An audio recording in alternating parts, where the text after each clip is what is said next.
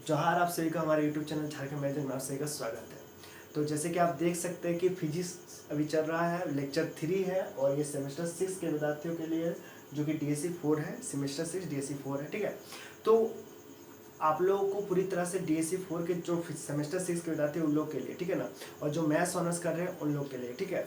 तो मैं पूरी तरह से इसे पढ़ा रहा हूँ, ठीक है। अभी तक मैंने लेक्चर 1 और लेक्चर 2 ले चुका हूँ, अब लेक्चर 3 ले रहा हूँ। लेक्चर 3 में क्या रहेगा और किन के लिए ज़रूरत है, तो सबसे पहले ये जान लीजिए कि किन के लिए ज़रूरत है। ये जितने भी तरह के जितने भी तरह की यूनिवर्सिटी है, चाहे वो दिल्ली यूनिवर्सिटी हो, BBMQ हो या SKMU हो, ठीक है, या आपका जो आपके पास आमने सामने जितने भी तरह के कॉलेज है, ठीक है। मेरे सामने तो PKY कॉलेज है, SSLNT और ISP कॉलेज है, ठीक है। तो इस तरह के जो कॉलेज है उनमें हर कॉलेज में जो सेमेस्टर जो मैथ्स ऑनर्स लिए हैं, मैथ्स ऑनर्स जो लिए हैं उनके लिए जो फिजिक्स का जो ये पेपर है, फिजिक्स नहीं बोल सकते हैं, ये मैथ्स ही है, ठीक है ना। तो ये बहुत ज़रूरी पड़ता है, तो मैं इसे पूरी तरह से पढ़ा रहा हूँ, ठीक है। तो अब हम लोग लेक्चर 3 को मैं स्टार्ट करने जा रहा हूँ, ठीक है। तो हम लोग को आज का गोल क्या रहेगा कि हम लोग थोड़ा वेक्टर का कंसेप्ट को जान लेते हैं, क्योंकि थोड़ा वेक्टर का यूज आ रहा है। तो मैं वेक्टर आप लोग पहले भी पढ़े, तो इसी चीज़ का थोड़ा वेक्टर को मैं यूज कर ले रहा हूँ, ठीक है। और इसके बाद मैं पढ़ूंगा पैरेललोग्राम, लॉ ऑफ फोर्स, ठीक है। और बस यही दो टॉपिक रहेगा आज का, इतना ही था, ठीक है। तो चलिए सबसे पहले पढ़ते हैं, ठीक है। तो वेक्टर किसे कहते हैं आप लोग सबसे पता है कि जिसके पास डायरेक्शन दो तरह के होते हैं, वेक्टर होता है, स्केलर होता है, एक और क्वांटिटी होता है, टेंसर होता है। तो वो सब फिजिक्स के लिए जरूरत होता है, ठीक है। हम लोग को वेक्टर और स्केलर में भी अभी हम लोग को वेक्टर को थोड़ा जानना है, इसलिए मैं पढ़ा रहा हूँ, ठीक है ना। तो वेक्टर किसे कहते हैं, अगर कोई पूछेगा आपको वेक्टर किसे कहते हैं, तो वेक्टर आप पता ही चलेगा, इसको सदिश राशि के नाम से आता है। तो वेक्टर किसे बोलते हैं, ठीक है ना। तो जिसके पास क्या होता है, डायरेक्शन होता है, और उसके पास क्या होता है, मैग्नीट्यूड होता है। जिसके पास डायरेक्शन और मैग्नीट्यूड होता है उसी को क्या होता है, वेक्टर कहते हैं, ठीक है। और वही फोर्स में भी वही चीज़ है, फोर्स भी क्या है आपका वेक्टर क्वांटिटी। इसीलिए हम लोग क्या हो रहा है कि जितने भी तरह के पैरेललोग्राम, लॉ ऑफ फोर्स लगा रहे हैं, ट्रायंगल लॉ ऑफ फोर्स लगा रहे हैं, इसे सब क्यों लगा पा रहे हैं, क्योंकि फोर्स भी क्या है, एक वेक्टर क्वांटिटी, इसीलिए हम लोग इसको लगा पा रहे हैं, ठीक है। तो इसमें वेक्टर में हम लोग को क्या क्या पढ़ना था, तो एक वेक्टर एडिशन पढ़ना था कि A और B जो रिजल्टेंट का होता है A+B होता है। ये ट्रायंगल ऑफ एडिशन है, वही वाला जो vector triangle of addition force में जो हम लोग काम कर रहे थे, वही सेम चीज़ जो होता है वेक्टर के लिए होता है। ए और बी का जो सम होता है वो रिजल्टेंट का होता है A+B के बराबर होता है, ठीक है। इसके बाद पैरेललोग्राम लॉ आता है, ठीक है। तो पैरेललोग्राम क्या होता है कि R² जो होता है A² + B² + 2AB cos theta के बराबर होता है, या इसी को R रूट के अंडर कर देते हैं, A² + B² + 2AB cos theta कर देते हैं। या दूसरा क्या कर देते हैं कि इसका डायरेक्शन के लिए कर देते हैं tan अल्फा क्या होता है B sin theta A + B cos theta. तो ये सब टर्म जो होता है वेक्टर के लिए, वेक्टर में हम लोग पढ़ चुके हैं। उसी से चीज़ को हम लोग को फिर से क्या करना है, प्रूव करना है। हम लोगों को ये जो चीज़ था हम लोग उसको प्रूव कर चुके हैं। अब वही चीज़ को हम लोग को क्या करना है, पैरेललोग्राम लॉ ऑफ फोर्स में हम लोग लाना है। हमने फोर्स के टर्म में हम लोग करेंगे, A और B को हम लोग फोर्स की तरह ट्रीट करके हम लोग उसमें निकालेंगे, ठीक है, और उसका प्रूव करना। तो सेम ही है, ज़्यादा कुछ नहीं है। तो ये वेक्टर एडिशन तो आप समझ गए क्या है, इसमें ये टर्म में आप समझ चुके हैं। बस यही सब चीज़ों को हम लोग यूज करेंगे, ठीक है। बाद बाकी आप लोग समझ पाइएगा। इसके बाद हम लोग जब पैरेललोग्राम लॉ ऑफ फोर्स पढ़ा देंगे, तो इसके बाद हम लोग बाद में हम लोग रिजॉल्विंग फैक्टर भी पढ़ेंगे, ठीक है, कि किस प्रकार से फोर्स को हम लोग कंपोनेंट में तोड़ते हैं, ठीक है। तो उससे क्या होता है, किस प्रकार से तोड़ते हैं, तो आपको ये पता चल जाएगा कि भाई कैसा कैसा करके मैंने कि क्वेश्चन को आ सकता है, ठीक है ना। तो इस तरह के क्वेश्चन अगर आ गए तो क्या करना, लेकिन मैं जितना पढ़ा दे रहा उतना ही आएगा, ठीक है ना। ये वेक्टर वाला जो पार्ट है ये मैं एक्स्ट्रा बता रहा हूँ इसलिए क्योंकि आपको थोड़ा समझने में आसानी पड़ेगा कि ये पार्ट को हम लोग पहले भी पढ़ चुके हैं, ठीक है। मैथ्स में हम लोग पहले भी पढ़ चुके हैं 12th में, ठीक है। और आगे भी इससे पहले भी आप पढ़ चुके हैं, ठीक है ना। इसके बाद भी आप पढ़ेंगे, ठीक है। जहाँ जहाँ आपको वेक्टर कि थोड़ा ये वेक्टर जो है बहुत ज़्यादा ही आपको यूज होता है, ठीक है ना। तो हर जगह यूज हो रहा है, ठीक है। तो इसीलिए इसको पढ़ना उतना ज़्यादा जरूरी होता है, इसलिए मैंने थोड़ा सा इसका पार्ट ले लिया, ठीक है। जो ज़्यादा आपको दिखाए हुए ये सब पढ़ चुके हैं, और नहीं ये वाला पार्ट को तो मैं फिर से प्रूव भी करने वाला हूँ, ठीक है। तो चलिए आगे की तरफ बढ़ते हैं। तो ये देखिए थोड़ा रिजॉल्विंग वेक्टर आ चुका है, तो मैं इसको भी पढ़ा देता हूँ, ठीक है। रिजॉल्विंग वेक्टर क्या होता है, मान के चलिए कि एक क्वेश्चन है, ठीक है। इसको मैं मूव कराता हूँ, अच्छा इसको मूव करा से देखिए यहाँ पर क्या है ना कि देखिए ए है, डायरेक्शन दे दिया 37 डिग्री दे दिया, ठीक है। क्या दे दिया, 37 डिग्री दे दिया। अब इसको तोड़ना है, दो पार्ट में तोड़ना है। तो आप जानते हैं इसको तोड़ने का तरीका, इसको अगर दो पार्ट में तोड़ना है, हमने कि इधर हॉरिजॉन्टल में और एक वर्टिकल में, तो इसको कैसे तोड़िए। तो इसको तोड़ने का क्या तरीका है, ठीक है। इसको तोड़ने के लिए आप क्या सोच सकते हैं ना कि इधर की तरफ ठीक है। तो इधर की तरफ तोड़िएगा तो ये वाला पार्ट आपका क्या हो जाएगा, मिल जाएगा, ठीक है ना, जितना ये वाला पार्ट है वही वाला पार्ट है, और इसको तोड़िएगा तो आपको हॉरिजॉन्टल कंपोनेंट मिल जाएगा, ठीक है। तो दोनों मिल जाएगा। तो आप कैसे जानते हैं, तो cos 37 डिग्री इक्वल टू क्या जानते हैं, cos 37 डिग्री इक्वल टू क्या जानते हैं, b बाई एच जानते हैं। b बेस को बोलेंगे, ये b हो जाएगा, बेस हो जाएगा, ये हाइट हो जाएगा। ये मैं लिख रहा हूँ आपको समझाने के लिए, ठीक है ना। अगर इसको निकालना है तो आप कैसे निकालिएगा, ठीक है ना। तो इसको क्या बोलिएगा, cos थीटा इक्वल टू क्या लिखिएगा, आपको ये निकालना है, मान के चलिए इसको b मान ली, ठीक है ना, इसको h मान ली। तो b निकालना है तो क्या निकालेंगे, cos थीटा, सॉरी इसको इरेज कर दीजिए, ठीक है। तो cos थीटा आपको निकालना है, तो ये b है, और ये मान के चलिए आपका क्या है, ये परपेंडिकुलर, ठीक है। तो आपको p निकालना है, ठीक है, या b निकालना है, जो भी निकालना है, देखिए क्या निकालना है। तो cos से क्या, cos 37 डिग्री इसको तो क्या होगा, b बाई एच हो जाएगा। तो b क्या है, और यहाँ पे h, ठीक है ना। तो आपको क्या निकल जाएगा, इससे b निकल जाएगा, ठीक है। क्या निकल जाएगा आपको इससे, b। तो b इक्वल टू कितना हो जाएगा, a cos थीटा हो जाएगा, ठीक है। दूसरा अगर आपको p निकालना है तो क्या sin 37 डिग्री लिखिए, ठीक है, sin थीटा भी लिखिए ना, उसके बाद समझ में आ जाएगा। sin थीटा इक्वल क्या होता है, p बाई चीज तो पता ही होगा ना, p बाई h बोलते, सामने वाला को p बोलते हैं।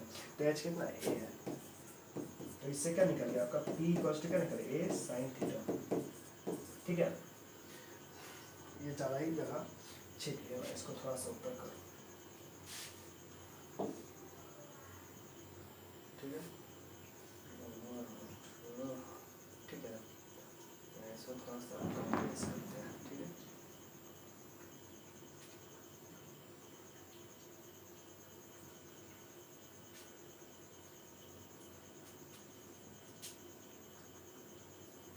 ठीक है, तो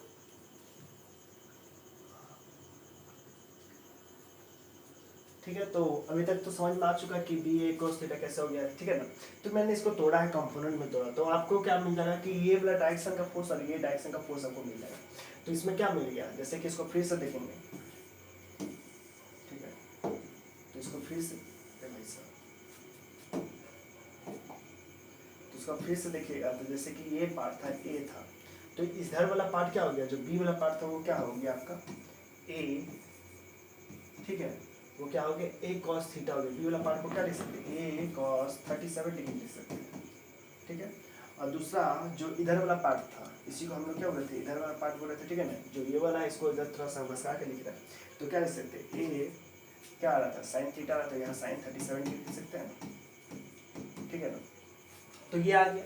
तो आप इसको याद है कि रिजॉल्विंग कैसे करते हैं, a cos 37 a sin 37, ठीक है ना। इस तरह से हम इसको रिजॉल्व करते हैं। आपसे कोई 37 डिग्री का वैल्यू पूछ ले तो आप बता सकते हैं, तो इसके लिए ये सब पूछता नहीं, लेकिन फिर भी मैं बता रहा हूँ कि sin 37 डिग्री आप कैसे निकालते हैं, ठीक है ना। इसको मान लीजिए sin 37 ये 37 डिग्री हो गया, तो ये क्या 53 डिग्री हो गया, और ये क्या हो चुका आपका 90 डिग्री हो गया, ठीक है। तो यहाँ पर ही इसको क्या बोलेंगे, 3 है, ये 5 है, और ये 4 है, तो ठीक है। sin 37 डिग्री क्या होगा, 3/5 हो जाएगा, और cos 37 डिग्री 4/5 हो जाएगा। तो इस तरह से आप इसको कंपोनेंट में तोड़ सकते, रिजॉल्व कर सकते, ठीक है, क्योंकि ये जरूरत होता है रिजॉल्विंग करने के लिए। आगे जो हम लोग क्या करते हैं कि रिजॉल्विंग करने के लिए हम इस पार्ट को हम लोग थोड़ा सा इसी चीज़ को हम लोग यूज करके इस क्वेश्चन को हम लोग बनाने की कोशिश करते हैं, क्योंकि आपको थोड़ा सा समझ होना चाहिए कि कैसे रिजॉल्व किया जाता है, क्योंकि बाद में यही काम आएगा, ठीक है। तो मैं इस पार्ट को मैं इरेज कर देता हूँ, क्योंकि इसका कुछ काम नहीं है, ठीक है। आपको समझाने के लिए मैंने लिखा था। इसी चीज़ को अगर तोड़ के लिखना होता, आप कैसे लिखिएगा, याद कीजिए कि मैं बताया था कि जब इधर की जस्ट इसके सामने इधर की तरफ होगा, ठीक है, ठीक है। तो अगर इधर साइड में रहेगा तो ठीक है, तो इधर साइड वाला होगा तो इसको क्या कॉस के टर्म में लिखिएगा, ठीक है ना। ए कॉस जो भी होगा, इसका ए का जो भी होगा रिजल्टिंग फोर्स को इधर कॉस लिखिएगा, और इसके जो परपेंडिकुलर है उसको क्या लिखिएगा, साइन लिखिएगा। तो ये कीजिएगा, ठीक है, समझ में आ गई। तो इसी चीज़ को हम लोग क्या करें, इसी टर्म में हम लोग यहाँ पर डिफाइन करके इसको फोर्स के टर्म में हम लोगों को निकालना है कि नेट कितना आ गया, ठीक है। तो इसको कैसे निकालिएगा, तो देखिए इसमें क्या कीजिए कि सबको क्या कीजिए कि एक डायरेक्शन एक्स को एक्स की तरफ, वाई को वाई की तरफ कर दीजिए, कंपोनेंट में सबको तोड़ के रख दीजिए, ठीक है। उससे क्या जाएगा, आपको नेट पता चलेगा किधर की तरह आपको तोड़ रहा है, ठीक है ना। तो देखिए जैसे कि ये क्या हो जाएगा, 10 कितना हो जाएगा, 10 cos 30 डिग्री हो जाएगा इधर की तरफ, ठीक है, और इधर की तरफ क्या हो जाएगा 10 sin 30 डिग्री। बताया कि हमको आपको क्या कि इधर जिधर की तरफ रहे उधर के cos मानना है, उसके परपेंडिकुलर को क्या sin मानना है, ठीक है। इधर भी सेम कीजिएगा, ये 10 है, 10 क्या लीजिए इधर की तरफ, जिधर की तरफ है उसको क्या 10 cos 37 डिग्री, ठीक है, आप इधर की साइड मान रहे हैं तो टेन कॉस 30 से उसके जस्ट परपेंडिकुलर मानेंगे क्या, साइन मानेगा। और इधर से भी आप सोच सकते हैं अगर 37 इसको मान लीजिए 53 डिग्री, तो इधर के लिए क्या होगा, टेन क्या होगा, टेन कॉस 53 डिग्री, तो इसका परपेंडिकुलर क्या होगा, टेन साइन 37। लेकिन हम लोग इधर ही से माने हैं इसीलिए इसको हम लोग नहीं देखेंगे, ठीक है। तो टेन कॉस 37 डिग्री समझ में आ गया। और इधर वाला को क्या कहिए, टेन कॉस 37 डिग्री, और इधर वाला को क्या मानेंगे, टेन साइन 37 डिग्री। अब हम लोग ऐसा क्यों कर रहे हैं, इससे हम लोग क्या निकाल रहे हैं कि ना एक्स में फोर्स को हम लोग क्या कर रहे हैं, रिजॉल्व कर रहे हैं, तोड़ के लिख रहे हैं एक्स डायरेक्शन में वाई डायरेक्शन, क्योंकि आप जान रहे हैं कि फोर्स भी क्या एक वेक्टर क्वांटिटी है, उसको भी क्या करना पड़ेगा, उसको भी डायरेक्शन के साथ एक डायरेक्शन में एक्स एक्सिस या वाई एक्सिस में किसी डायरेक्शन रखेंगे, तो हमको उसको तोड़ के उसका नेट निकालने में क्या होगा, हमको आसानी होगा, इसलिए हम लोग ऐसा कर रहे हैं, ठीक है। तो उसके बाद क्या करना होता है ना कि टेन साइन 30 डिग्री यहाँ पे वैल्यू लगा लिया, टेन साइन 30 डिग्री का वैल्यू कितना हो जाएगा आपका 1/2, तो 10 इंटू 1/2 तो 5 हो जाएगा। तो यहाँ पे 20 न्यूटन पहले से ही हम समय न्यूटन है, मैंने फोर्स है, ठीक है ना, 20 न्यूटन प्लस 5 ऊपर में कितना हो जाएगा 25 हो जाएगा, ठीक है। और इधर ही 10 cos 30 डिग्री रखे, तो 10 cos 30 डिग्री वैल्यू कितना 10 इंटू √3/2 तो 5√3, तो क्या हो जाएगा 20 प्लस 5√3, तो कितना हो जाएगा 20 प्लस 5√3, ठीक है। अब इधर के लिए भी क्या कर सकते हैं, 10 साइन 37 डिग्री को आप क्या लिखते हैं 10 इंटू 1/2 साइन 37 डिग्री है, सॉरी साइन 37 डिग्री है, और मैंने बताया था साइन 37 डिग्री का वैल्यू कितना होता है 3/5, तो 3/5 तो 5 टू 10 तो 2 से 6 इधर की तरफ क्या 6 न्यूटन जगह 80 और 6 कितना हो जाएगा 86 हो जाएगा, ठीक है, समझ में आ रहा है। और इधर की तरफ 10 cos 37 डिग्री कितना हो जाएगा 4/5, तो 4/5 कितना हो जाएगा 5 टू 10 मीन्स 8 न्यूटन, इधर की तरफ तो और कोई फोर्स नहीं था 8 न्यूटन, तो देख रहे समझ रहे ना कि इधर की तरफ क्या आ गया आपका, इधर की तरफ आप समझ सकते हैं कि इधर की तरफ आपका 8 न्यूटन आ गया, ठीक है, ऊपर की तरफ आपका 25 न्यूटन है, ठीक है, इधर की तरफ आपका कितना है 20 प्लस 5√3 है, और इधर की तरफ क्या है 80 प्लस 6 तो 86 है। अब तो चाहे तो आप इसको क्या कर सकते हैं 25 से माइनस करके 8, तो 15/60 काटेंगे कितना आ जाएगा 15/60 काटेंगे तो 7 बचे 17 बचना चाहिए, ठीक है ना, हाँ तो 17 बचना चाहिए, तो इसको पूरा अगर तोड़ दीजिएगा खत्म कर दीजिएगा अगर इस चीज़ को, तो 25 से 8 कर दिया तो यहाँ पे कितना आ जाएगा 17 आ जाएगा, कितना आ जाएगा आपका 17 आ जाएगा, ठीक है। और वैसी तरह से 80 से 20 को काटेगा तो एक तरफ डायरेक्शन की तरफ आएगा, फिर उसको हम लोग क्या कर देते हैं वेक्टर एडिशन कर देते हैं, उस तरह से हम लोग इसका रिजल्टेंट निकालते हैं, ठीक है। तो अब क्या करना है कि हम लोग इसको बस समझने के लिए किए थे, ये जो मैंने टॉपिक बताया वो एग्जाम से ज़्यादा जरूरी नहीं है, ठीक है, ये समझने के लिए था। इसके बाद में जो है आपका पैरेललोग्राम लॉ ऑफ फोर्स, ये आपके लिए जरूरत है। क्या होता है कि इफ टू फोर्सेस, मान लीजिए ए और बी, ठीक है, two force are represented by side of parallelogram, तो ये दो फोर्स को देखिए साइड ऑफ पैरेललोग्राम बनाने के लिए हम लोग ट्रायंगल का यूज किए थे, देखिए ये ए था और ये बी था, ठीक है, उसी का ही इस पार्ट को ही हम लोगों ने इधर की तरफ सरकाया, तो क्या हो गया ये बी बन गया, और पहला पार्ट को इधर सरकाया तो क्या हो गया, तो किस पैरेललोग्राम बन गया, तो क्या बना if two forces are represented by side of parallelogram then that resultant is represented by diagonal drawn through the adjoining line, तो रिजल्टेंट होता है वो क्या होता है डायगोनल जो होता है उसी को क्या होता है रिजल्टेंट बोलते हैं, इसी को क्या बोलते हैं पैरेललोग्राम लॉ ऑफ फोर्स बोलते हैं, ठीक है। अब इसी का क्या आता है कि प्रूफ कीजिए कि ये कैसे करके ये हुआ, ठीक है ना, तो इसको प्रूफ करना भी बहुत आसान है, ठीक है, आप नहीं होइएगा परेशान, हम जैसे प्रूफ बताते हैं, ठीक है, तो आप थोड़ा सा इसी से समझिए। ये क्या है BCE ट्रायंगल, तो समझ लीजिएगा सबसे पहले कि ट्रायंगल कौन कौन सा ट्रायंगल को यूज करेंगे, एक ये ट्रायंगल का यूज करना है और एक बार बड़ा सब ट्रायंगल में से हम लोग कुछ पार्ट को यूज करके भी हम लोग कर सकते हैं, पूरा पैरेललोग्राम को भी यूज करके कर सकते हैं, ठीक है। तो चलिए हम लोग करते हैं। तो मान लीजिए कि ना let A and B are two forces, A और बी हम पहले भी से बता रहे थे कि दोनों को टू फोर्स मानना है, which resultant is R, resultant क्या है आर है, and R make alpha with the direction of A, R क्या मेक कर रहा है अल्फा, ठीक है, एंगल मेक कर रहा है, ठीक है, विद डायरेक्शन ऑफ ए के डायरेक्शन की तरफ से।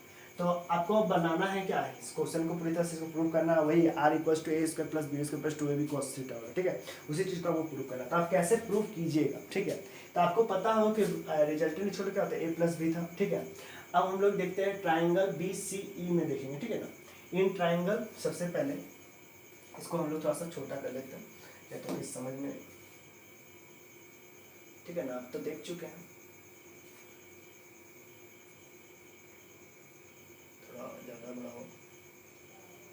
इसको थोड़ा सा ऑन करो, ठीक है। तो आप देखते हैं इसमें, तो अब क्या करना है ना, बी नॉट और जैसे आई प्लस बी जानते हैं, तो सबसे पहले हम लोग क्या करना है, आइए सबसे पहले इन ट्राइंगल बी सी ई हम लोग इसको ले रहे हैं, ठीक है ना, ये वाला पार्ट को ले रहे हैं, बी सी ई पार्ट को, ठीक है। उसमें क्या देखना है कि सबसे पहले जानिए कि जो बी वाला कंपोनेंट अगर इधर की तरफ तोड़ेंगे तो क्या बी कॉस थीटा होगा, इधर वाला क्या हो जाएगा बी साइन थीटा, इसका परपेंडिकुलर बी साइन थीटा हो जाएगा। मैंने इसको एक्सटेंड किया, ठीक है, इसको मैंने क्या किया एक्सटेंड करके दिखाया, ठीक है। यहाँ पे जो आपको दिखाई दे रहा है वो क्या है, ये वाला पार्ट को मैंने एक्सटेंड करके आपको दिखाया है, ठीक है। तो इससे क्या होगा कि एक ट्राइंगल बन गया जो कितना डिग्री का 90 डिग्री का, ठीक है। अब उसी को मैंने इसी को प्रूव करने के लिए मैंने यूज किया, ठीक है। ट्राइंगल बी सी में आप देख सकते हैं कि जो बी कंपोनेंट और आपको सी कंपोनेंट निकालना, आप कैसे निकालिएगा, या तो आप बी कॉस से आपको रिजॉल्व करने आता है, लेकिन यहाँ पे तो आपको पूरी तरह से लिख के बताना पड़ेगा ना। तो जैसे कि आप बताइएगा कॉस थीटा का निकालना, ठीक है ना, तो कॉस थीटा निकाल, कॉस थीटा इक्वल टू क्या होता है बी बाई एच। तो बी क्या है, बी क्या है, बी ई है। ट्राइंगल बी सी ई में आपको क्या है, बी क्या है, बी ई है, और एच कितना दिया है, बी दिया हुआ है, मैंने फोर्स है वो, तो बी इक्वल टू कितना हो गया, बी कॉस थीटा। बहुत काम है देखिए, इसलिए मैं पूरी तरह से इसको तोड़ के बता रहा हूँ। दूसरा देखिएगा साइन थीटा के टर्म में देखिएगा, साइन थीटा को पी बाई एच होता है, तो ये क्या हो जाएगा आपका पी हो जाएगा, ठीक है। क्या हो जाएगा आपका पी हो जाएगा, ठीक है, ये क्या हो जाएगा पी हो जाएगा। तो पी देखते हैं हम लोग, तो पी को बारे में क्या दिया हुआ, सी ई दिया हुआ, क्या दिया हुआ, सी ई दिया हुआ, ठीक है। और एच जो आपका कितना दिया हुआ, बी दिया हुआ, तो सी इक्वल टू कितना है बी साइन थीटा, ठीक है। तो सी इक्वल टू क्या है बी साइन थीटा।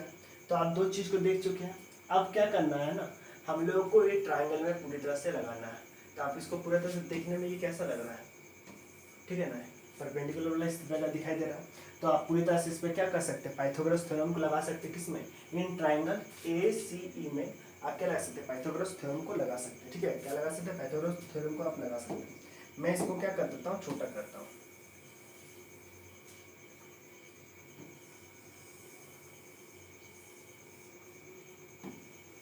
ठीक है।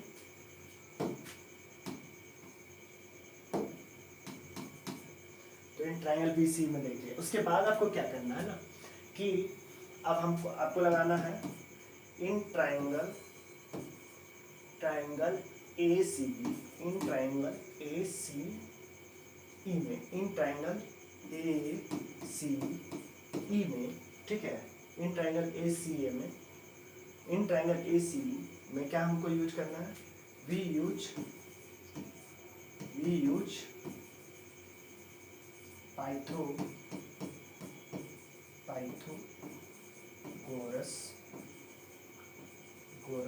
थ्योरम, ठीक है, थ्योरम। तो उसके अनुसार क्या होता है, चलिए देखते हैं। तो मैं इसको क्या करता हूँ, पाइथागोरस थ्योरम बताना है। तो पाइथागोरस थ्योरम क्या लगाना है, एसी में लगाना है, ठीक है ना। मैं ज़्यादा नहीं, इसी पेज में ही सब कुछ मैं बताने की कोशिश करता हूँ। पेज ले सकता हूँ, मैं पेज दे सकता हूँ, ठीक है, लेकिन थोड़ी इसी में मैं बताने के लिए ठीक रहता हूँ, ठीक है, ज़्यादा पेज का जरूरत नहीं करता हूँ। तो देखिए इन ट्राइंगल ए सी में देख सकते हैं कि क्या करना है हमको, कि पूरा में लगाना है, ठीक है ना। तो ट्राइंगल ए सी में कौन कौन से पार्ट से मिला हुआ है, ठीक है ना। तो ट्राइंगल ए सी में जो ये वाला बेस वाला पार्ट है वो ए बी प्लस बी से मिलकर बना हुआ है, ठीक है। तो आपको लेना पड़ेगा, तो पूरा आपको फॉर्मूला जानते हैं ना, तो ए सी कैसे लिखते हैं, पाइथागोरस कैसा होता है, पाइथागोरस में क्या होता है ए सी का स्क्वायर, जानते हैं ना, नहीं तो हम फिर से बता देते, सब कुछ बता देंगे, ठीक है ना। जो हाइपोटेनियस का जो स्क्वायर होता है वो B square plus D square, ठीक है ना, इसके बराबर होता है। तो हाइपोटेनियस कौन सा है आपका, AC का है, ठीक है ना। AC का स्क्वायर इक्वल्स टू क्या हो जाएगा ना, P कितना है आपका C है, CE का स्क्वायर प्लस बेस कितना है AB plus B, AB plus B का होल, यही है आपका पूरा, ठीक है ना। तो CE का वैल्यू तो आपको पता ही होगा, CE का वैल्यू कितना है, CE का वैल्यू आपको दिया हुआ है यहाँ पे बी साइन थीटा, ठीक है ना, यहाँ पे बी साइन थीटा। अब बी का वैल्यू क्या है, बी कॉस थीटा, और ए तो यहाँ पे कितना देगा, ये कितना देगा बी कॉस थीटा, और ये वाला क्या हो जाएगा बी साइन थीटा। बस अब पुट करना है, गेट करना है आंसर को, ठीक है। तो मैं इसको इधर की तरफ लिखता हूँ, ठीक है, इधर की तरफ लिखता हूँ, ठीक है, आगे की तरफ देखिए। कैसे लिखें हाँ ठीक है। तो इसी को हम लोग क्या लिख सकते हैं, आर का स्क्वायर लिख सकते हैं, और इधर में क्या लिख सकते हैं, ए सी मतलब क्या हो गया, सी का मतलब बी साइन थीटा हो गया, तो बी साइन थीटा का होल स्क्वायर, ठीक है। इसको ना समझने में दिक्कत होगा,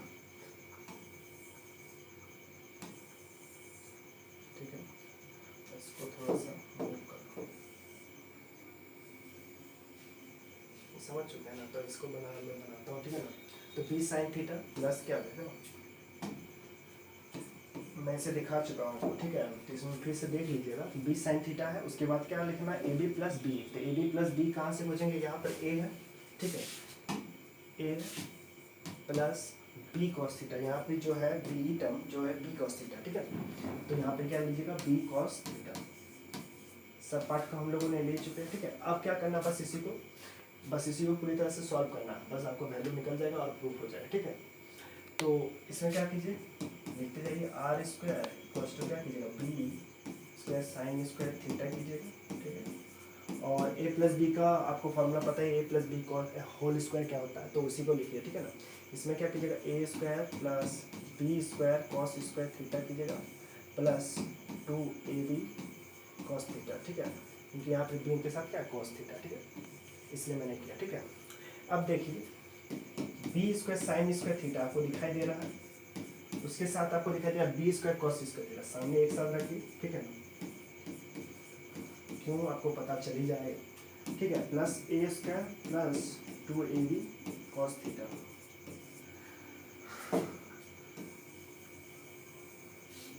ठीक है। तो अब देखिएगा कि आपको पता है, क्या पता है आपको,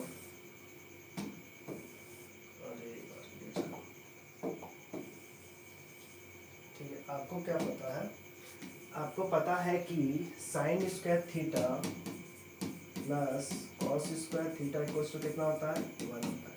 हम इसी को यहाँ पे पुट करेंगे, ठीक है, ठीक है। On putting the value of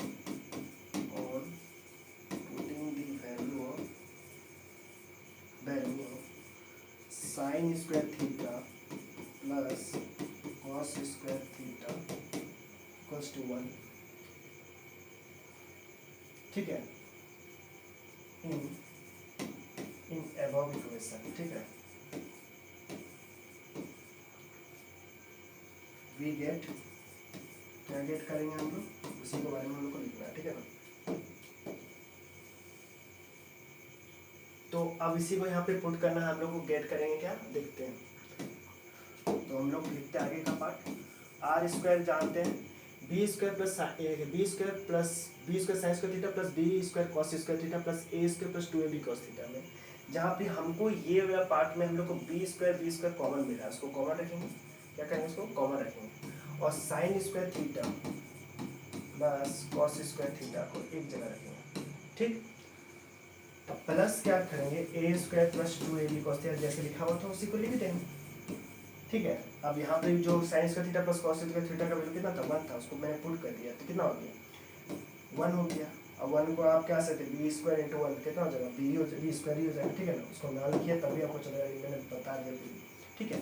plus A square plus 2ab cos theta, थोड़ा सा इसको और अच्छा से लिखना है तो इस तरह से लिख सकते हैं, A square plus B square plus 2ab cos theta, ठीक है। इसी को आर स्क्वायर के बराबर है, ठीक है। या आप ऐसे भी लिख सकते हैं, R equals to root under A square plus B square plus 2ab cos theta. यही हो गया आपका पैरेललोग्राम लॉ ऑफ फोर्स, ठीक है ना। यहाँ पे ए और बी क्या था, आपका फोर्स था, मैं बता चुका हूँ, मैं फिर से एक बार बता देता हूँ, ठीक है। थोड़ा सा इधर की तरफ मैं इसको लेके आता हूँ, आएगा, देखते हैं, आएगा तो मैं बता दूंगा, ठीक है। इधर आ जाओ, अरे आ जाओ, हाँ। तो मैं इसको थोड़ा बड़ा करता हूँ। तो आप देख चुके थे किस प्रकार से हम लोग ट्रायंगल ऑफ फोर्स में हम लोग पढ़ रहे थे, इससे पहले वाला पेज भी देख चुके हैं, ठीक है ना, कि पैरेललोग्राम लॉ ऑफ फोर्स किस तरह से हम लोगों ने इसको ड्राइव किया था, ठीक है, इसमें बताया क्या गया था, ठीक है। उसके बाद आगे देखिए कि रिजल्टेंट कैसे निकालते थे। ए प्लस यहाँ पर ए लिखे थे और ये वाला पूरा पैरेललोग्राम था, जिसमें हम लोग किससे पता चलते कि ट्राइंगल की तरह ही दिखता है, ठीक है। इसमें इस पार्ट को हम लोग यूज किए थे, हम लोग इसको एक्सटेंड किए थे, ठीक है। इसमें let A and B are two force के बारे में बताया था कि जो यहाँ पे जो दो दिखाई दे रहा है ए और बी क्या था, टू फोर्स था। उसी के बारे में हम लोग ट्राइंगल बी सी ये लिए थे, बी सी में क्या किए थे, बी कॉस थीटा लिए थे, किस प्रकार से रिजॉल्व करने से आया था। इसमें हमने रिजॉल्विंग वेक्टर भी बता दिया था, लेकिन उसको छोड़ के मैंने जब प्रूव करना है तो पूरी तरह से एकदम सीरीज वाइज में पंक्त वाइज में करना पड़ता है कि किस प्रकार से पहले एक के बाद एक स्टेप लेना पड़ता है। इसीलिए मैंने पूरी तरह से स्टेप वाइज किया, ठीक है ना, कि बी सी कैसे हुआ, ठीक है। और इसके बाद मैंने पाइथागोरस थ्योरम लगाया।